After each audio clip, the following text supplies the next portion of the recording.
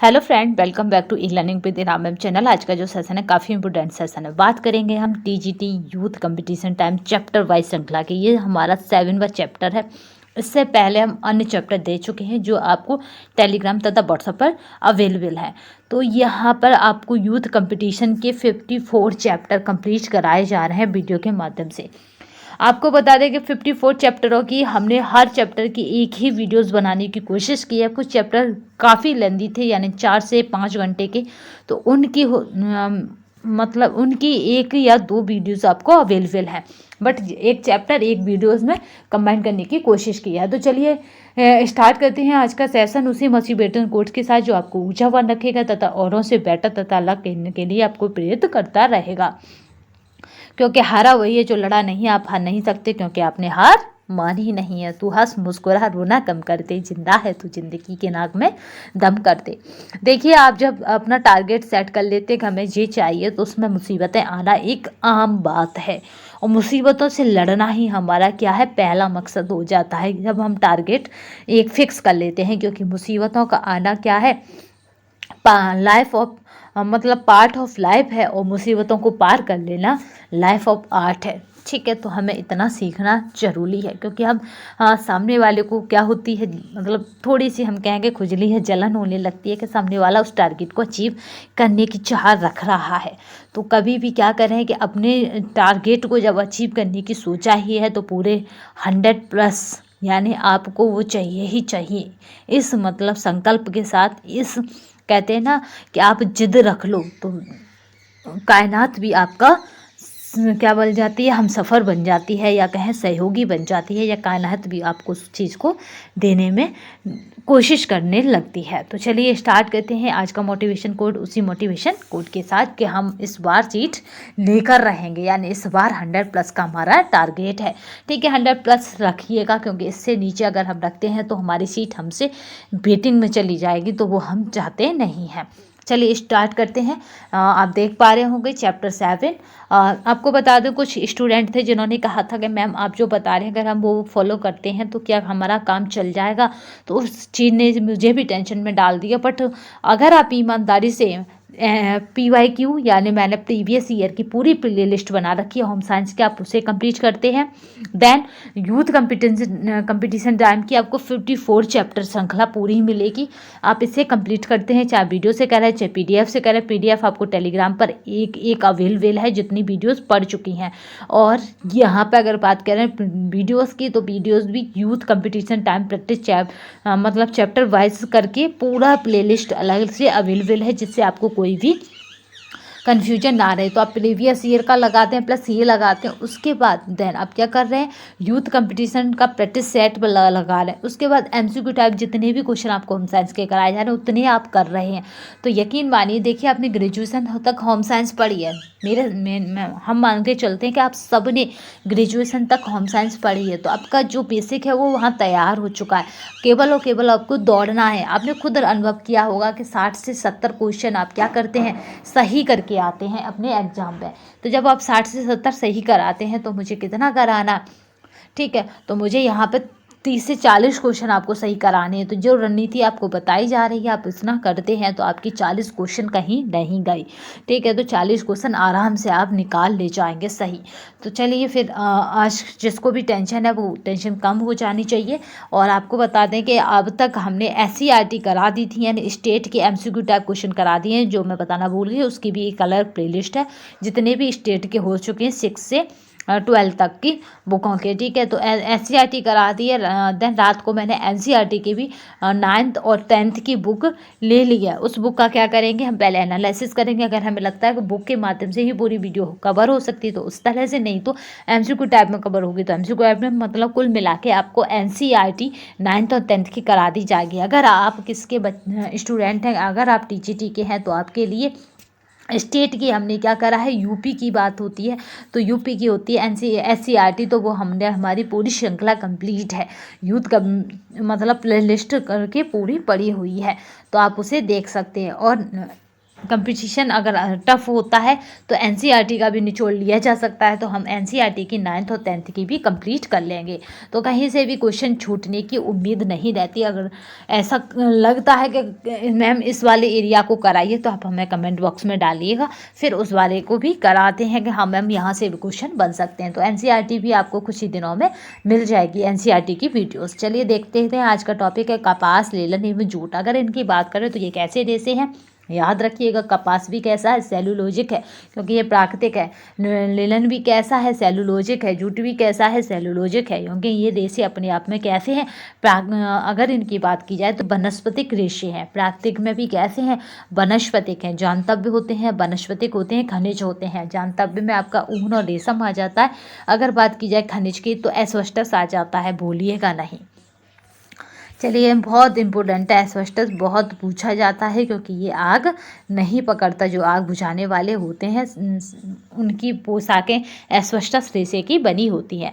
पहला क्वेश्चन कह रहा है लेलन तंतु डॉट डॉट के तने से प्राप्त होता है, तो यहाँ पे फ्लैक्स, यहाँ पे जो राइट आंसर रहेगा वो लेलन तंतु की अगर बात की जाए, बहुत पूछा गया परीक्षाओं में, तो फ्लैक्स का पौधे से प्राप्त होता है या फ्लैक्स से प्राप्त होता है, इतना आपको मिलता है। तो फ्लैक्स का पौधा के तने से प्राप्त होता है लेलन तंतु। अगर बात करते हैं लेलन की, तो देख लेते हैं लेलन के रेशे फ्लैक्स नाम के पौधे के तने यानी स्टीम से प्राप्त किया जाता है। यह पौधा वार्षिक होता है, ठीक है, याद रखिएगा, वर्ष में एक बार होता है। इसका वानस्पतिक नाम क्या है, लिनम है। लिनन इसका नाम है, पेड़ का क्या नाम है, लिनम, ठीक है, ना की जगह माँ हो जाता है, लिनम है। लिनम यूसीटेटिसियम है। लिनन की खेती मुख्यतः 2 उद्देश्यों से की जाती है। पहला उद्देश्य क्या होता है, बीज प्राप्त करना। दूसरा उद्देश्य क्या होता है, रेशे प्राप्त करना। तो यहाँ पर अगर बीज प्राप्त करने की बात की जाए तो इसके बीज से क्या होता है, लिनसीड, तेल, पेंट, वार्निश, पॉलिश, लिनोलियम और चिकने कपड़े आदि बनाए जाते हैं, ठीक है, याद रखिएगा। बीज प्राप्त करना, इसके बीज से क्या होता है, लिनसीड, तेल, पेंट, वार्निश, पॉलिश और लिनोलियम, चिकने कपड़े आदि बनाए जाते हैं। अब बात करते हैं रेशे प्राप्त करना। तो रेशे प्राप्त करने से क्या होता है यहाँ पर, तो पहला यहाँ पे ये कह रहा है कि नीले फूल वाले लिनन उत्तम कोट के लिनन होते हैं। नीले फूल वाले जो लिनन होते हैं वो क्या है, उत्तम कोट के लिनन होते हैं, जबकि सफ़ेद फूल वाले लिनन निम्न कोट के लिनन होते हैं। जो सफ़ेद फूल वाले हैं वो निम्न कोट के हैं। नेक्स्ट क्वेश्चन देखते हैं, क्वेश्चन नंबर 2। सीसल कौन सा रेशा है, काफ़ी इंपॉर्टेंट है, बहुत बार पूछा गया, याद रखिए। ये उत्तराखंड का एलटी में आया है, तो आपको याद रखना सीसल कौन सा रेशा है, तो याद रखेंगे पत्ती वाला रेशा है सीसल। सीसल पत्ती वाला रेशा है। इसका उपयोग समुद्री जहाज के लंगर का रस्सा औद्योगिक कल कारखानों में भी होता है। इसके अलावा गद्दी, चटाई, चारपाई, बुनाई की रस्सी और घरेलू उपयोग में इसका प्रयोग किया जाता है। सीसल का रेशा उत्कृष्ट किस्म के कागज बनाने में उपयोग किया जाता है। वर्तमान में इसका अनेक प्रकार की वस्तुएं बनाने में उपयोग किया जा रहा है। नेक्स्ट क्वेश्चन देखते हैं, कपास के रेशे की लंबाई होती है। तो कपास के अगर रेशे की लंबाई की बात करें तो ये 1 इंच से 2.5 इंच होती है, याद रखेंगे, 1 से 2.5 इंच होती है। यह कपास रेशे का मापन इंच में होता है, अर्थात यह स्टेपल रेशा है। याद रखिएगा, कपास कैसा है, स्टेपल रेशा है। स्टेपल का मतलब होता है छोटे तंतुओं वाला। यह प्राकृतिक जगह से प्राप्त होने वाला रेशा है। इसे वाइट गोल्ड यानी सफ़ेद सोना कहते हैं। यूनिवर्सल फाइबर भी कहते हैं इसे ही। और याद रखिएगा, कपास को क्या कहा जाता है, फाइबर और किंग यानी रेशों का राजा कहा जाता है। सार्वभौमिक रेशा कहा जाता है, ठीक है। ह्यूमन फ्रेंडली फाइबर कहा जाता है, यानी मानव मित्रवत रेशा कहा जाता है। किंग ऑफ फाइबर कहा जाता है, कपड़ों का राजा भी कहा जाता है। यह अरेबिक भाषा के कॉटन से बना हुआ है। लगभग 5000 वर्ष पहले यह रेशा प्रयोग में लाया जा रहा है, ठीक है। 5000 वर्ष पहले से यह रेशा क्या है, प्रयोग में लाया जा रहा है। और ये कॉटन से बना है। इसे किससे बना है, तो अरेबिक भाषा की कॉटन से बना है, इसलिए इसको क्या बोलते हैं, कॉटन बोलते हैं।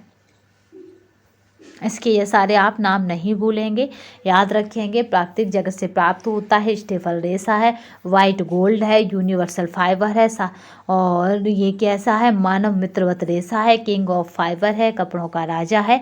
तो इस तरह से इसके जो टर्म है इन्हें नहीं भूलोगे। टर्मोलॉजी को बहुत पूछी जाती है। किंग ऑफ फाइबर है तो याद रखेंगे। आपको सूते में भी पूछ ली जाए तो किंग ऑफ फाइबर है तो आप कहेंगे कपास है, कॉटन है, याद रखेंगे। कपास और कॉटन एक ही बात होती है। हिंदी में जिसको कपास कहा जाता है याद रखेंगे, इंग्लिश में उसको कॉटन कहा जाता है। तो आप कोई भी कंफ्यूजन में ना पड़ेंगे। जैसे आपका होम साइंस है तो उसको होम साइंस इंग्लिश में कहा जाता है और गृह विज्ञान हिंदी में कहा जाता है। सपोज इस तरह से जलने के पश्चात लिनन के तंतु की राख का रंग होता है तो कैसा होगा, तो लिनन की राख का रंग भूरा हो जाता है। ठीक है, जलने के पश्चात लिनन के तंतु की राख का रंग भूरा होता है। इसका रेशा लंबा, नुकीला, चिकना तथा चमकदार होता है। इसकी लंबाई की अगर बात की जाए 10 से 40 इंच होती है लिनन की, याद रखेंगे। इसकी चमक रेशम के समान होती है। ताप का अच्छा सुचालक होता है जिसके कारण जलने पर कागज जैसी गंध उत्पन्न होती है। ताप का कैसा अच्छा कैसा होता है, सुचालक होता है। ताप जैसी गंध इसमें से क्या होता है, गंध उत्पन्न होती है कागज के जलने जैसी। ये कैसे है, सिल्क के समान है भाई। लंबाई भी इसकी अधिक है, 10 इंच से 40 इंच। इस पर कीड़े नहीं लगते हैं परंतु फफूंदी लगती है। गीली अवस्था में इसकी मजबूती 20% बढ़ जाती है। कपास की भी मजबूती गीली अवस्था में बढ़ जाती है, याद रखेंगे। उत्तम श्रेणी के लिनन का रेशा नीले रंग के फूल से प्राप्त किया जाता है। नीले, और अभी हमने पढ़े थे नीले और सफ़ेद रंग के फूलों से हम लिनन प्राप्त करते हैं। तंतु जो ताप का अच्छा सुचालक है तो कपास क्या है, ताप का अच्छा सुचालक है। इधर हमने अभी देखा था कौन ताप का अच्छा सुचालक था, तो ये कौन था, तो वो था, याद रखेंगे। यहाँ पे अभी हमने क्या पढ़ा है याद रखेंगे, तो वो हमने पढ़ा था लिनन। ठीक है, याद इस तरह से रखना। लिनन का क्या नाम निकला था, लीनम। लीनम याद रखेंगे, ना की जगह माँ हो जाता है। तो ये ताप का अच्छा सुचालक है। और इधर कपास भी है। कपास की तरह इसकी भी भीजने के बाद मजबूती बढ़ जाती है लिनन की। सूती वस्त्र ताप के अच्छे संभाग होते हैं जिससे गर्मी के मौसम पहनने पर गर्मी नहीं लगती बल्कि शीतलता का अनुभव होता है। सूती वस्त्र की भी क्या है, कृत्रिम विधि द्वारा रोए उठाकर गर्म वस्त्र बनाने की चेष्टा की गई है। पर फैलालेन का वस्त्र उसी चेष्टा का परिणाम है। जिस वस्त्र में से रोए उठाए जाएं तो समझिए कि उसको क्या है, ऊन में कन्वर्ट करने की चेष्टा की गई है। देखिए यहाँ पे कहा गया है सूती वस्त्रों की भी कृत्रिम विधि द्वारा रोए उठाकर गर्म वस्त्र बनाने की चेष्टा की गई है। फैलालेन याद रखेंगे, इसको हो सकता है नया टर्म आपसे पूछ लिया जाए। फैलालेन का वस्त्र बना होता है रेशम का, कपास का, ऊन का, और इस तरह से आपको दे दिया जाए इन सभी का, इनमें से कोई नहीं। तो फैलालेन का वस्त्र उसी चेष्टा का परिणाम है। सूती वस्त्र में ताप सहन करने की क्षमता अधिक होती है, अतः इसे उबलते पानी में डालकर धोया अथवा क्या करा जाता है, विसंक्रमित किया जाता है। आपने देखा होगा छोटे बच्चे होते हैं जब उन्हें हम नैपकिन की तरह मतलब इन्हें पहनाते हैं, लंगोटी जिसको बोलते हैं आम भाषा में, इस तरह से बनाई जाती है, इस तरह से उसकी डिजाइन होती है। तो या बांधने का होता है या कुछ इस तरह खींचते होते हैं, यहाँ पे भी होता है। तो ये किसकी बनी होती है, मोस्टली कॉटन की बनी होती है। जब ये गंदी कर देते हैं तो धुलने के बाद हम इन्हें खौलाते हैं जिससे कि ये विसंक्रमित हो सके। नेक्स्ट देखते हैं वस्त्रों यानी रेशों का राजा किसे कहा जाता है। तो अभी हमने बात की थी रेशों का राजा कपास को कहा जाता है। यहीं पे हो जाता है रेशों की रानी किसे कहा जाता है, तो याद रखिएगा रेशम को कहा जाता है। रा से रेशम, रा से रानी। ठीक है, तो रेशों की रानी कौन है, रेशम। अगर कहा जाए यहाँ पे जूट जो है आपने देखा होगा कि हल्का सा गोल्ड होता है, जो अभी हमने यहाँ पे देखा था। यहाँ पे था, कहाँ था, अभी देखा था जेरा। वाइट गोल्ड क्या है, कपास है, पर यहाँ पे येलो गोल्ड की बात की जाती है। तो जूट जो है आपको पीला पीला दिखता है इसका रेशा। ठीक है, यहाँ पे क्या है, जूट है, याद रखेंगे। जूट इस तरह का दिखता है।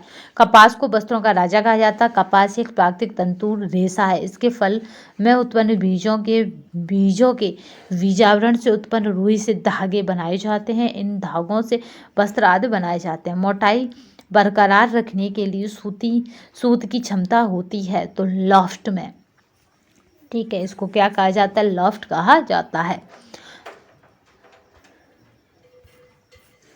नेक्स्ट क्वेश्चन देखते हैं।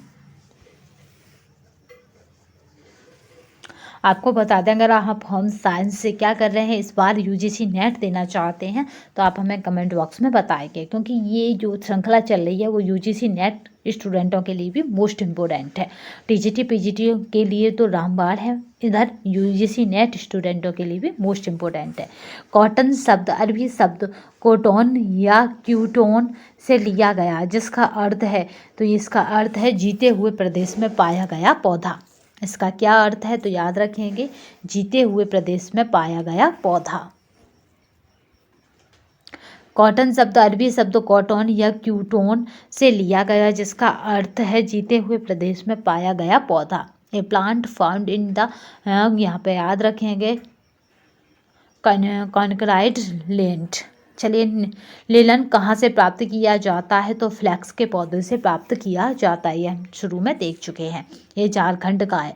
लिलन फ्लैक्स के नामक पौधे से प्राप्त किया जाता है। लिलन वस्त्र अति प्राचीन काल से ही प्रयोग में आता रहा है। मिस्र देश में लिलन के वस्त्रों को शान और शौकत का प्रतीक माना जाता था। बाइबल में भी इस वस्त्र का उल्लेख मिलता है। लिलन को शांति का घोतक माना जाता था। कपास के रेशे का उत्पादन का सही क्रम दीजिए, तो यहाँ पे हमें क्या करना है, कपास के रेशे का उत्पादन हमें सही क्रम देखना है कि कौन कौन से रहेगा। तो हम सबसे पहले क्या करते हैं, तो हम सबसे पहले जो काम करते हैं वो क्या करते हैं यहाँ पे, तो यहाँ पे सही क्रम की बात की जा रही है कपास की। तो यहाँ सबसे पहले यहाँ पे आप देख ही पाएंगे कि सबसे पहले हम क्या करेंगे, तो सबसे पहले हम जो करेंगे वो होगा हमारा खेती करेंगे। जब तक हम खेती नहीं करेंगे तो हमारे पास कपास आएगा कहाँ से। उसके बाद हम क्या करेंगे, बिनौले निकालना और गांठ बांधना करेंगे। फिर उसके बाद क्या होगा, खोलना एवं आपस में मिलाना करेंगे। फिर उसके बाद क्या करा जाता है, तो उसके बाद धुनना करना। फिर धुनने के बाद कंघी करना, और कंघी के बाद हम क्या करेंगे, पुनी बनाना, और पुनी के बाद क्या करेंगे, कताई करना। तो यहाँ पर जो ऑप्शन बनेगा वो बनेगा सी। कपास एक विश्वव्यापी रेशा है। कपास से बना वस्त्र सस्ता, मजबूत, सुंदर, विलक्षण गुणों से उत्पन्न व सभी आय वर्ग के लोगों के पहुंच के भीतर होता है। साधारणतः कपास का पौधा 5 से 6 फीट तक लंबा होता है। जमीन को अच्छी प्रकार से जोतकर भूमि में कपास के बीज बोए जाते हैं। कपास के रेशे का उत्पादन का सही क्रम, पहले हम क्या करते हैं, खेती करते हैं, फिर बिनौनी निकालना और गांठ बांधना है। फिर गांठ बांधने के बाद तीसरा जो ऑप्शन रहेगा, खोलना एवं आपस में मिलाना है। फिर धुनना, फिर कंघी करना, पुनी बनाना और कताई करना। तो ये हमारा ऑप्शन सही रहेगा। ये पीडीएफ आपको हमारे टेलीग्राम तथा व्हाट्सएप दोनों पे अवेलेबल रहेगी। अब तक की सारी पीडीएफ यूथ कंपटीशन टाइम हो और आपका चैप्टर वाइज श्रृंखला हो या फिर एनसीईआरटी हम जल्दी ही दे देंगे। एससीईआरटी की जो श्रृंखला है पूरी की पूरी, वो भी कहाँ पे है, टेलीग्राम पर अवेलेबल है। तो अगर प्लेलिस्ट आप देखना चाहें तो पूरा प्लेलिस्ट पड़ी हुई है। होम साइंस स्टूडेंटों के लिए एक मतलब सहूलियत करी गई है कि जो भी उनका मैटर है पूरी की पूरी एक प्लेलिस्ट में डाल दिया गया, अलग प्लेलिस्ट बनाकर। जैसे youth competition time chapter wise श्रृंखला, यूथ कंपटीशन की जो श्रृंखला है उसी में उसका चैप्टर वाइज श्रृंखला भी है, उसी में उसका प्रैक्टिस सेट भी है। फिर देन हम दूसरी आपकी जो प्लेलिस्ट है जो आपको देखनी है वो हमारी है, आप इस चैनल से या किसी भी चैनल से, पर देखना जरूरी है। अगर आप इस चैनल से जुड़े हुए हैं तो यहाँ पे आपके लिए फिर ये कंपलसरी पार्ट हो जाता है। तो PYQ की एक अलग प्लेलिस्ट है, होम साइंस PYQ करके बनी हुई है। फिर देन उसके बाद क्या है, SCRT की एक प्लेलिस्ट बनी हुई है। तो ये तीन शायद प्लेलिस्ट हो गई, तीनों ही प्लेलिस्ट आपके लिए मोस्ट इम्पोर्टेंट है। चौथी प्लेलिस्ट होम साइंस करके है, जिसमें हमने जब चैनल चलाया था यानी प्रीवियस ईयर के कुछ वीडियोस पड़े हुए हैं, तो आप उन्हें देख सकते हैं, जो 55 से 60 होंगे, जो आपके लिए काफ़ी मतलब हेल्पफुल रहेंगे। चलिए नेक्स्ट क्वेश्चन देखते हैं। रेशे की सूक्ष्मवीन परीक्षण में जब ऐंठी और इसका रचना दिखती है तो यह रेशा डॉट डॉट है, तो यह सूती है, याद रखिएगा। ये कैसा है, सूती है।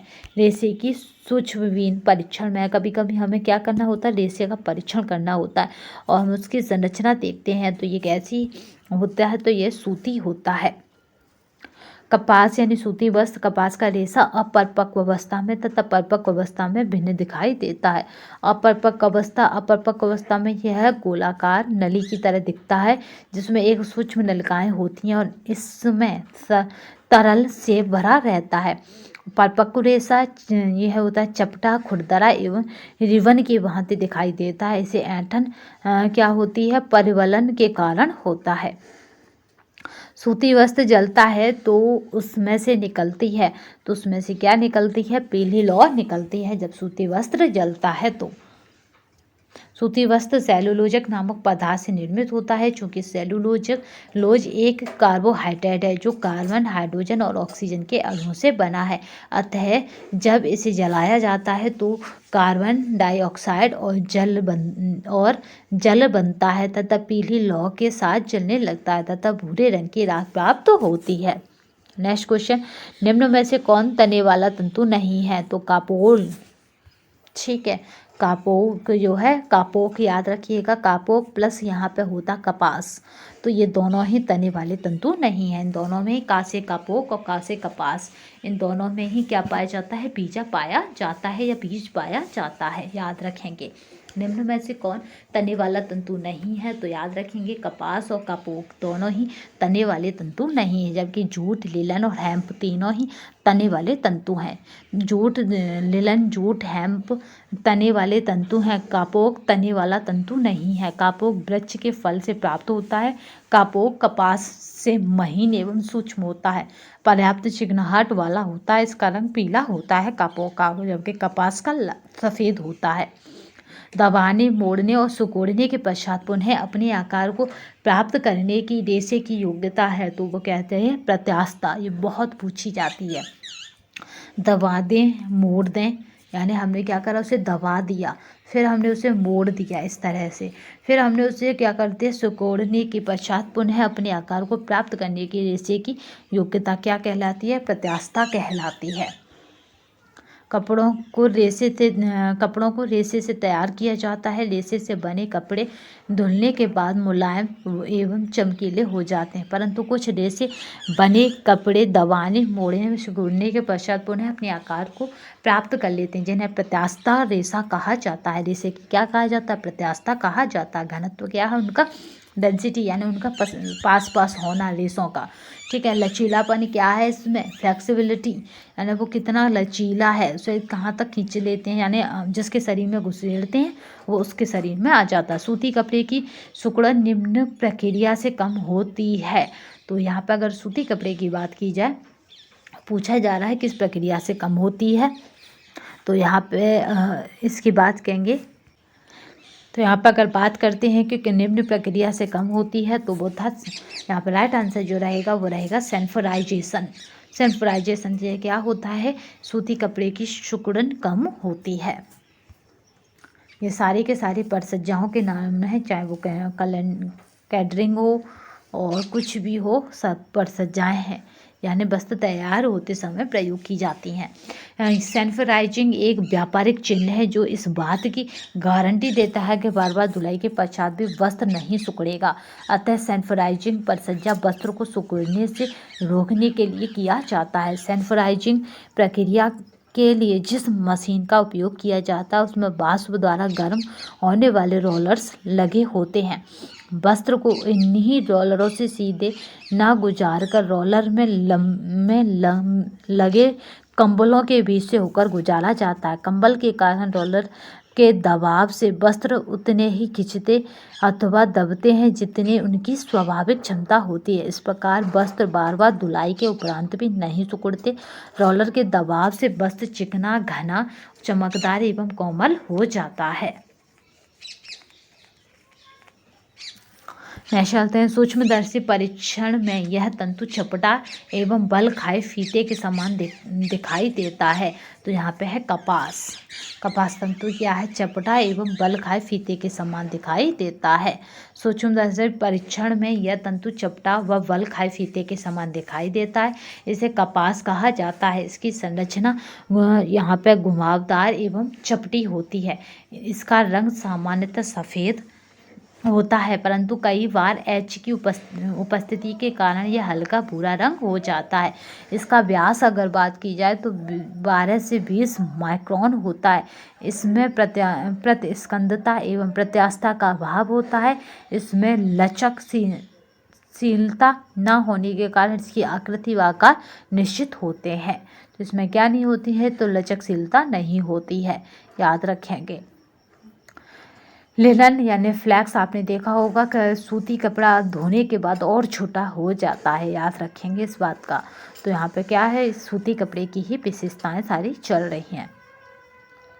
लिनन यानी फ्लैक्स का क्रॉस सेक्शन दर्शाता है कि वह बहुकोण है।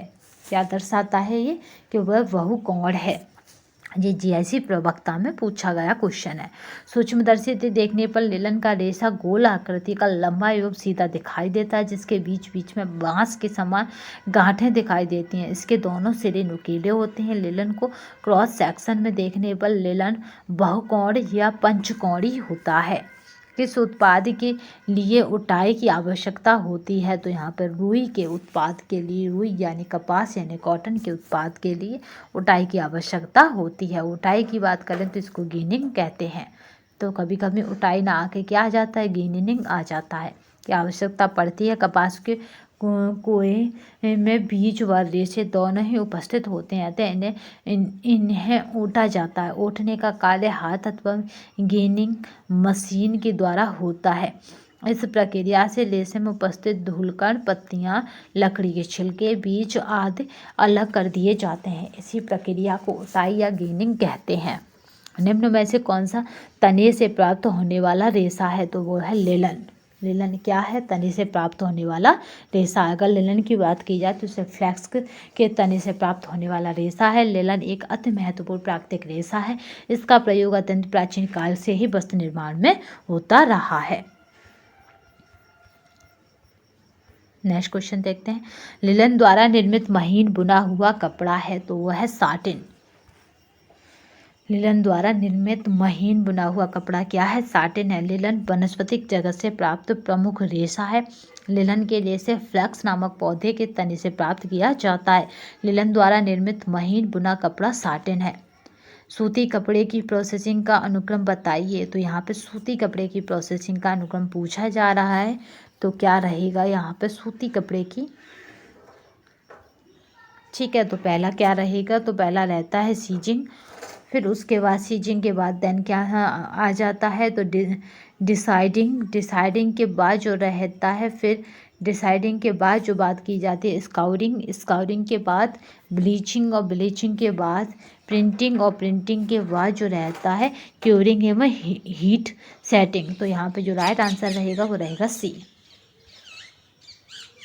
सूती कपड़े की प्रोसेसिंग का अनुक्रम इस प्रकार है: singeing, desizing, scouring, bleaching, printing, curing एवं हीट सेटिंग।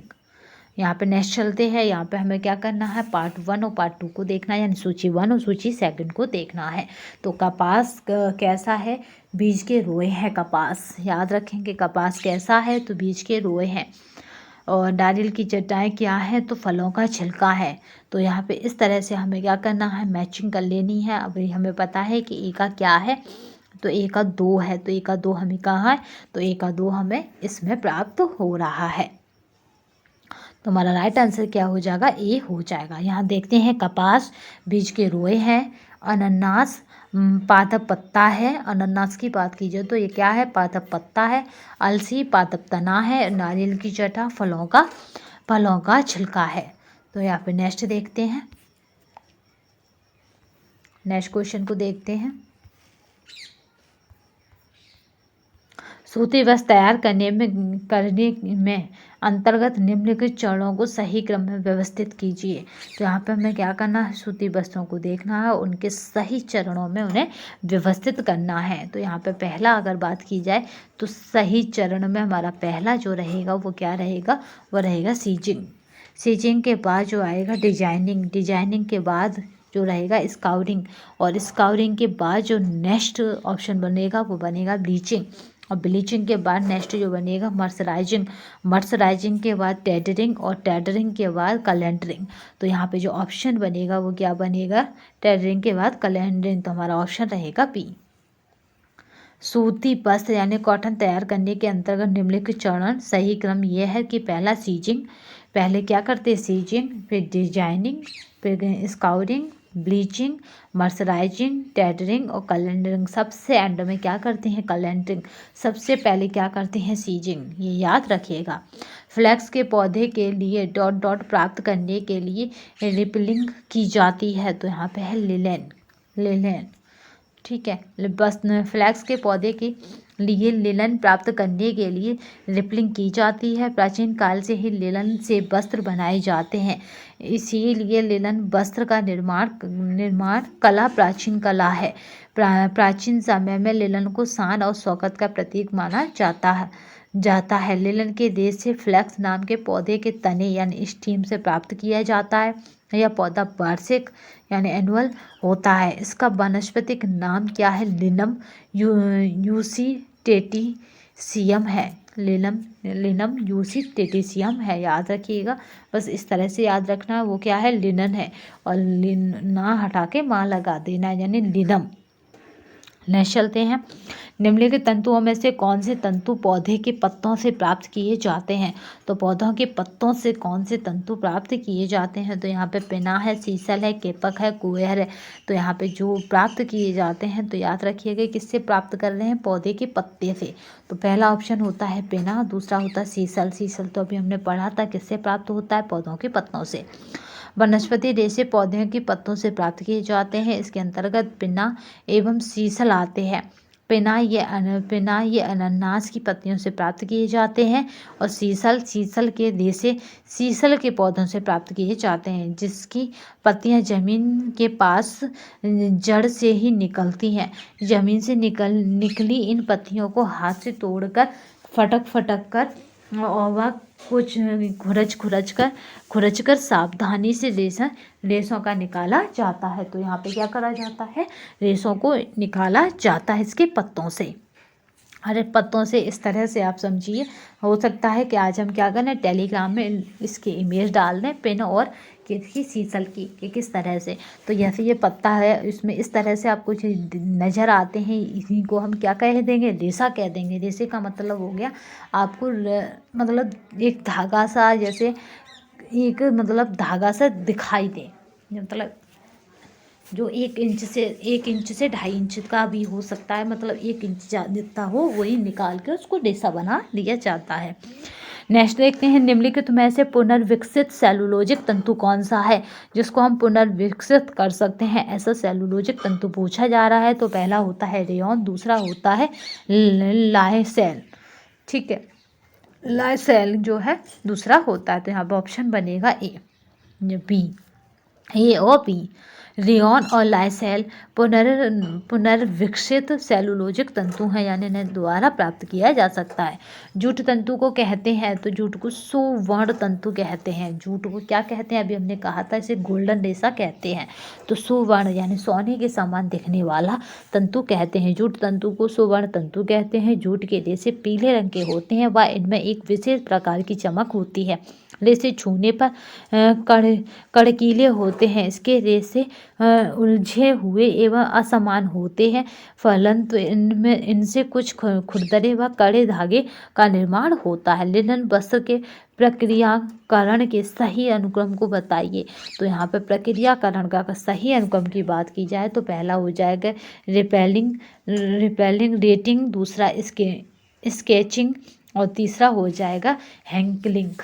तो यहाँ पर राइट आंसर क्या हो जाएगा, ए हो जाएगा। रिपेलिंग, रेटिंग, स्केचिंग और हैंकलिंग। लिनन वस्त्र के प्रक्रियाकरण का सही अनुक्रम क्या है? तो रिपलिंग, रेटिंग, स्केचिंग और हैंकलिंग। लिनन है तो लिनन क्या है? प्राकृतिक फाइबर है। लिनन क्या है? तो ये प्राकृतिक फाइबर है।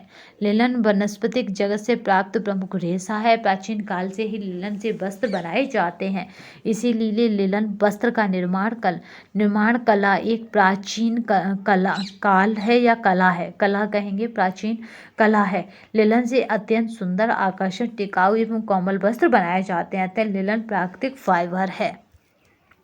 किस रेशे में ताप व उबलने को सहन करने की क्षमता होती है? तो ये होता है सूती या फिर कपास। इसमें क्या होता है? ताप और वह जो उबलने के समय हम डाल देते हैं सूती कपड़ों को, तो उनमें सहन करने की क्षमता होती है, तो कपास या फिर सूती में होती है। सूती वस्त्र ताप के अच्छे संवाहक होते हैं, जिसे गर्मी के मौसम में पहनने पर गर्मी नहीं लगती बल्कि शीतलता का अनुभव होता है। इसीलिए हम क्या करते हैं कि सूती वस्त्र पहनते हैं गर्मियों में। नेक्स्ट क्वेश्चन देखते हैं। ये हमारा टेलीग्राम तथा व्हाट्सएप पर आपको अवेलेबल रहेगी PDF। कपास को साफ करने की विधि है तो गिनिंग यानी ओट विधि द्वारा। इस तरह से एक मशीन चल रही होती है, उसमें पंखा सा लगा होता है, उससे ये साफ़ किए जाते हैं। गिनिंग, कपास के कोए में बीज व रेशे दोनों ही उपस्थित होते हैं, तो इन्हें ओटा जाता है, उटाई कहते हैं। ओटने का कार्य हाथ अथवा गिनिंग मशीन के द्वारा होता है। इस प्रक्रिया से रेशे में उपस्थित धूल कण, पत्तियाँ, लकड़ी, छिलके, बीज आदि अलग कर दिए जाते हैं। जूट एक तने का रेशा है। जूट कैसा है? तने का रेशा है। लिनन के समान जूट एक तने का रेशा है। जूट के रेशे पीले रंग के होते हैं, इसीलिए इसे गोल्डन फाइबर कहते हैं। यह कणकीले होते हैं, इसके रेशे उलझे हुए एवं असमान होते हैं। चलते हैं। कोए से बीज अलग करने की क्रिया कहलाती है। ठीक है, इसमें प्रोसेसिंग पूछ रहा है, तो कोए से अगर हम बीज अलग करते हैं तो ये हमारी गिनिंग कहलाती है। ठीक है, उटाई कहलाती है, फिर गिनिंग कहलाती है। कपास के कोई के बीज व रेशे दोनों ही उपस्थित होते हैं, तो इन्हें ओटा जाता है। ओटने का कार्य हाथों पर गिनिंग मशीन के द्वारा होता है। इस प्रक्रिया से रेशे में उपस्थित धूलकण, पत्तियां, लकड़ी, छिलके, बीज आदि अलग कर दिए जाते हैं। नेक्स्ट क्वेश्चन देखते हैं। यहाँ पे लिस्ट फर्स्ट और लिस्ट सेकंड को देखते हैं। कपास, सिल्क, ऊन और रेयॉन। तो कपास की बात की जाती है, तो कपास कैसा है ये बताना है यहाँ पे। तो कपास कैसा है? तो याद रखिएगा, कपास कैसा है? तो सेलुलोजिक फाइबर है। ठीक है, तो कपास कैसा है? तो सेलुलोजिक फाइबर है। तो यहाँ पे जो ऑप्शन बनेगा वो बनेगा हमारा सी। ठीक है, यहाँ पे ऑप्शन क्या बनेगा? सी। ऊन, सिल्क और कपास प्राकृतिक रेशे हैं, जबकि रेयॉन मानव निर्मित रेशा। रेयॉन को कृत्रिम रेशा भी कहा जाता है। तो यहाँ पे हमें क्या करना है कि दूसरे का क्या है? तीसरा। सिल्क क्या है? सिल्क क्या है? यहाँ पे याद रखिएगा, गोंद जैसा तंतु है। अगर बात की जाएगी ऊन की, तो ये क्या हो जाएगा यहाँ पे? तो ऊन का अगर है बायो स्पेस युक्त मडुला जो पृथक्करण बढ़ा रहा है। अगर रेयॉन की बात की जाएगी तो रेयॉन क्या है? तो यहाँ पे तंतु है। ठीक है, रेयॉन क्या है? तंतु है। तो इस तरह से चलते हैं। क्रॉस लिंकेज व साइड चेन अधिकांशतः पाई जाती है। तो यहाँ पे क्रॉस लिंकेज और साइड चेन की अगर बात की जा रही है, कहाँ पे पाई जाती है? चलिए यहाँ पे देख लेते हैं। क्रॉस लिंकेज व साइड चेन का अधिकांशतः पाई जाती हैं। तो यहाँ पर राइट आंसर किस में है? कपास व लिनन में पाई जाती है। नेक्स्ट क्वेश्चन देखते हैं। ये PDF आपको हमारे टेलीग्राम तथा व्हाट्सएप पर मिल जाएगी। अगर बात करें कपास और लिनन के रेशे में कार्बोक्सिल समूह होता है। यह संभवतः परमाणुओं की श्रृंखला के रूप में अर्थात क्रॉस लिंकेज व साइड चेन के रूप में पाया जाता है। सूती वस्त्र तैयार होता है तो कपास से, याद रखेंगे कॉटन से तैयार होता है। ये यूनिवर्सल फाइबर है, यानी विश्वव्यापी रेशा कहा जाता है। किंग ऑफ फाइबर भी है और मितवत रेशा भी है, यानी ये कैसा है? ये फ्रेंडली है, सस्ता भी होता है, सुंदर भी होता है, विलक्षण गुण संपन्न होता है। सभी वर्ग के लोग इसे पहन सकते हैं या सभी वर्ग के लोग इसे खरीद सकते हैं। इसकी कार्य क्षमता अद्वितीय होती है। स्टेपल तंतु का उदाहरण है, तो स्टेपल तंतु का उदाहरण क्या है? जूट है। ठीक है, स्टेपल तंतु लघु आकार का होता है, यह प्राकृतिक एवं कृत्रिम दोनों प्रकार का होता है। इसे इंच से नापा जाता है। इन्हें काट कर सूत तैयार किया जाता है। जूट भी एक प्रकार का स्टेपल रेशा है। ठीक है। फिलामेंट का मतलब होता है वो रेशा जिनकी लंबाई अधिक होती है। याद रखिएगा, एक अपवाद है केवल, रेशम कैसा है, फिलामेंट रेशा है, प्राकृतिक जगत का नहीं। तो मोस्टली प्राकृतिक जगत के सभी रेशे कैसे होते हैं, स्टेपल होते हैं, केवल रेशम को छोड़कर। बस आप इतना याद रखिएगा। सबसे अधिक आर्द्रता अवशोषण का गुण होता है, तो ये किसमें होता है, सूती रेशों में होता है, क्योंकि यह प्राकृतिक सेलुलोज से बने होते हैं। बीज वाला तंतु कौन सा है, तो कपास क्या है, बीज वाला तंतु है। कपास एक बीज वाला तंतु है। कपास को संसार का सबसे महत्वपूर्ण रेशा माना जाता है। इसके फल में उत्पन्न बीजों के बीजावरण में से उत्पन्न रुई से धागे बनाए जाते हैं। इन धागों से वस्त्र आदि बनाया जाता है। इसकी दो प्रमुख प्रजातियां देसी कपास गार्सिपिस अर्बोरियस एवं गा हर्बेरियम तथा दूसरा अमेरिकन कपास यानी गाहिर सुटम एवं बार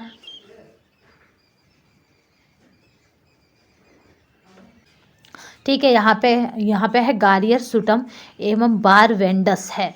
अमेरिकन कपास के रेशे लंबे तथा रुई चमकीली होता है, परंतु उपज देसी कपास में अधिक मिलती है। प्राकृतिक तंतु है, तो कपास क्या है, आपका प्राकृतिक तंतु है।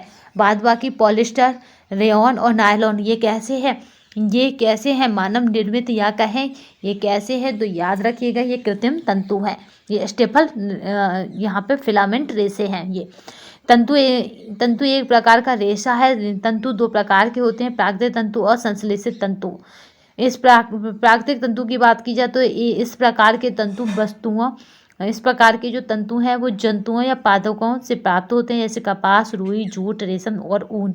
संश्लेषित तंतु ऐसे तंतु रासायनिक पदार्थों के संश्लेषण से निर्मित किए जाते हैं, जिनको मैंने कहा था कैसे होते हैं, ये प्राकृतिक ना होकर कैसे होते हैं, ये मानव निर्मित होते हैं, या फिर कहें कि ये संश्लेषित होते हैं।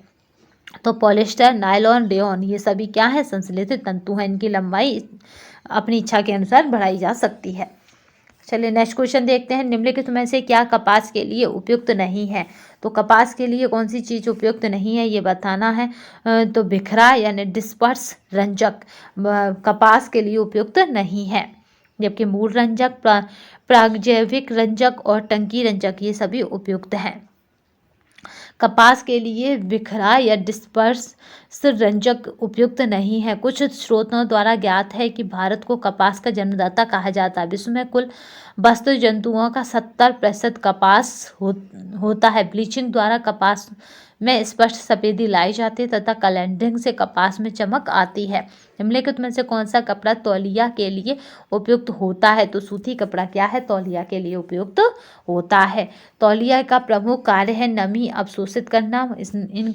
इनका मजबूत होना आवश्यक है ताकि वे अपने ऊपर पड़ने वाली घर्षण व दबाव को सहन कर सके व क्षतिग्रस्त न हो। सूती वस्त्र का तौलिया सबसे उपयुक्त होता है। पसीना सोखने की सबसे अधिक क्षमता होती है, तो ये किसमें होती है, तो सूती वस्त्रों में होती है। पसीना सोखने की सबसे अधिक क्षमता सूती वस्त्रों में होती है। कपास के तंतुओं में काफ़ी अधिक अवशोषण क्षमता पाई जाती है। उत्तम अवशोषण के ही कारण गर्म जलवायु में सूती वस्त्र धारण करना अधिक सुविधाजनक प्रतीत होता है, क्योंकि यह वस्त्र शरीर से निकलने वाले पसीने को शीघ्र ही सोख लेता है। निम्नलिखित में से कौन सा कपास का रासायनिक नाम है, तो कपास का रासायनिक नाम है सेलुलोज। ठीक है, सेलुलोज कपास का रासायनिक नाम है। यह प्राकृतिक रेशा है। सेलुलोज रुई, लकड़ी, जूट आदि के मुख्य अवयव होते हैं। कपास में 90 से 95 सेलुलोज होता है। कपास में कितना, 90 से 95 सेलुलोज होता है। कपास के रेशे की लंबाई होती है, तो कपास के रेशे की लंबाई कितनी है, यहाँ पे हमने पढ़ा था अभी 1 से 2.5 इंच होती है। तो यहाँ सबसे हमें नजदीक मिल रहा है 1.5 से 2 इंच। तो राइट हमारा आंसर रहेगा सी। ठीक है, सूती वस्त्र की खुरदरी सतह होने के कारण रेशों को छोटापन है, इसी वजह से इन्हें स्टेपल रेशे कहते हैं। कपास के रेशों को क्या कहते हैं, स्टेपल रेशे कहते हैं। नेक्स्ट क्वेश्चन देखते हैं। सूती वस्तुओं को पारदर्शी और कड़ा करने के लिए डॉट डॉट से क्रिया कराई जाती है। तो किससे कराई जाती है? तो सल्फ्यूरिक अम्ल से क्रिया कराई जाती है कड़ा करने के लिए। सल्फ्यूरिक एसिड एक अत्यंत सक्रिय अकार्बनिक अम्ल है जिसका प्रयोग प्राय सभी आधुनिक उद्योगों में किया जाता है। शुद्ध सल्फ्यूरिक अम्ल रंगहीन, गंधहीन तेल जैसा भारी तरल पदार्थ है जो जल के हर परिणाम में विलय है। ठीक है, हर परिणाम में क्या करता है? विलय कर लेता है, समाहित हो जाता है। इसका प्रयोग विभिन्न उद्योगों में विभिन्न रासायनिक पदार्थों के संश्लेषण में, सूती वस्तुओं को पारदर्शी कड़ा बनाने वाले एजेंट के रूप में तथा प्रयोगशाला में प्रतिकारक के रूप में किया जाता है। निम्नलिखित में से कौन सा युग्म सुमेलित है? तो यहाँ पे लिनन वनस्पतिक रेशा, ये क्या है? सुमेलित है। लिनन और क्या है? ये वनस्पतिक रेशा है। लिनन एक वनस्पतिक रेशा है। इसके पौधे का नाम क्या है? तो याद रखिएगा यूसी टेडिसियम है। यूसी टेडिसियम। लिनन रुई की अपेक्षा अधिक महंगा होता है। प्राचीन काल में लिनन एक महत्वपूर्ण वस्त्र रहा है। कपास तंतु अनुप्रस्थ काट में दिखाई देता है तो लंबा दिखाई देता है। याद रखेंगे कपास तंतु क्या है? लंबा दिखाई देता है। यदि कपास के तंतु के अनुप्रस्थ जो काट है ली जाए तो इसके बीचों बीच एक लंबी नली सी दिखाई देती है। यदि कपास के किसी तंतु को अनुदैर्घ्य गांठ में देखा जाए तो इसकी रचना चपटे बल्गे खाए हुए फीते के समान प्रतीत होती है। ये दोनों ही क्वेश्चन आए हुए हैं। ठीक है, अनुदैर्घ्य गांठ में कैसे है? चपटे बल्गे खाए हुए फीते के समान। अनुप्रस्थ गांठ में कैसे है? तो कैसे है? ये नली सी दिखाई देती है। कपास उत्पादन में सर्वोच्च स्थान प्राप्त करने वाला देश कौन सा है? तो यहाँ पे चीन क्या है? कपास उत्पादन में सर्वोच्च स्थान प्राप्त करने वाला देश है। जबकि कपास के उत्पादन में भारत दूसरे स्थान पर तथा संयुक्त राज्य अमेरिका तीसरे स्थान पर है। कपास एक उष्णकटिबंधीय पौधा है जिसकी खेती 40 सेंटीग्रेड उत्तरी अक्षांश तथा 30 सेंटीग्रेड दक्षिणी अक्षांशों के मध्य होती है। विश्व में मध्यम रेशे वाली कपास की खेती सर्वाधिक होती है। कपास का सफ़ेद सोना भी कहा जाता है, इसीलिए कहा जाता है वाइट गोल्ड कहा जाता है। इनमें से कौन सा प्रोटीन फाइबर नहीं है? तो यहाँ पे लिनन क्या है? प्रोटीन फाइबर नहीं है। ठीक है, लिनन वनस्पतिक जगह से प्राप्त रेशा है जिससे अत्यंत सुंदर, आकर्षण, टिकाऊ, कोमल वस्त्र बनाए जाते हैं। लिनन का रेशा फ्लैक्स नामक पौधे के तने से प्राप्त किया जाता है। जबकि ऊन, मोहायर, काश्मीरी ऊन, ये सारे प्रोटीन फाइबर ऊन की जितनी भी वैरायटी हैं सभी प्रोटीन फाइबर होती हैं। याद रखिएगा प्रोटीन जन्य रेशा है। तो प्रोटीन जन्य रेशा कौन है? तो याद रखेंगे ऊन और रेशम की जितनी भी प्राकृतिक जो टाइप्स होंगे वो, और ऊन के जितने भी टाइप्स होंगे वो सभी कैसे होंगे? तो प्रोटीन जन्य रेशे होंगे। तो आज के हमने श्रृंखला को कंप्लीट कर लिया है। ये पीडीएफ आपको हमारे टेलीग्राम तथा व्हाट्सएप पर मिल जाएगी। तो ये श्रृंखला हमारी एक प्ले लिस्ट के तहत पूरी आपको मिल रही है जिसमें 54 आपको चैप्टर कंप्लीट कराए जाएंगे youth competition time chapter wise श्रृंखला के। वहीं पे आपको यूथ की प्रैक्टिस सेट भी अवेलेबल है जो 2022 का है। ठीक है, और एक होम साइंस करके श्रृंखला है जो हमारी 2021 की है, वो काफ़ी इंपॉर्टेंट है क्योंकि उसमें भी हमने यूथ कंपटीशन का चैप्टर वाइज श्रृंखला वाला जो चलाया था, यानी हमने प्रैक्टिस जो कराई थी वो काफ़ी इंपॉर्टेंट है, तो आप उसे भी देख सकते हैं। तो आज के लिए बस इतना ही। नेक्स्ट सेशन में फिर मिलेंगे, तब तक के लिए धन्यवाद। वंदे मातरम, जय हिंद। ये सभी जो लिंक है, जो प्ले लिस्ट है, आपको हमारे डिस्क्रिप्शन बॉक्स में मिल जाएंगी, तो परेशान होने की आवश्यकता नहीं है। बस अपना टारगेट रखिए 100+ के अलावा और कुछ नहीं, क्योंकि 100+ का टारगेट होगा तभी हम अपनी कुर्सी के नज़दीक होंगे। तो आज के लिए बस इतना ही। जय हिंद, वंदे मातरम।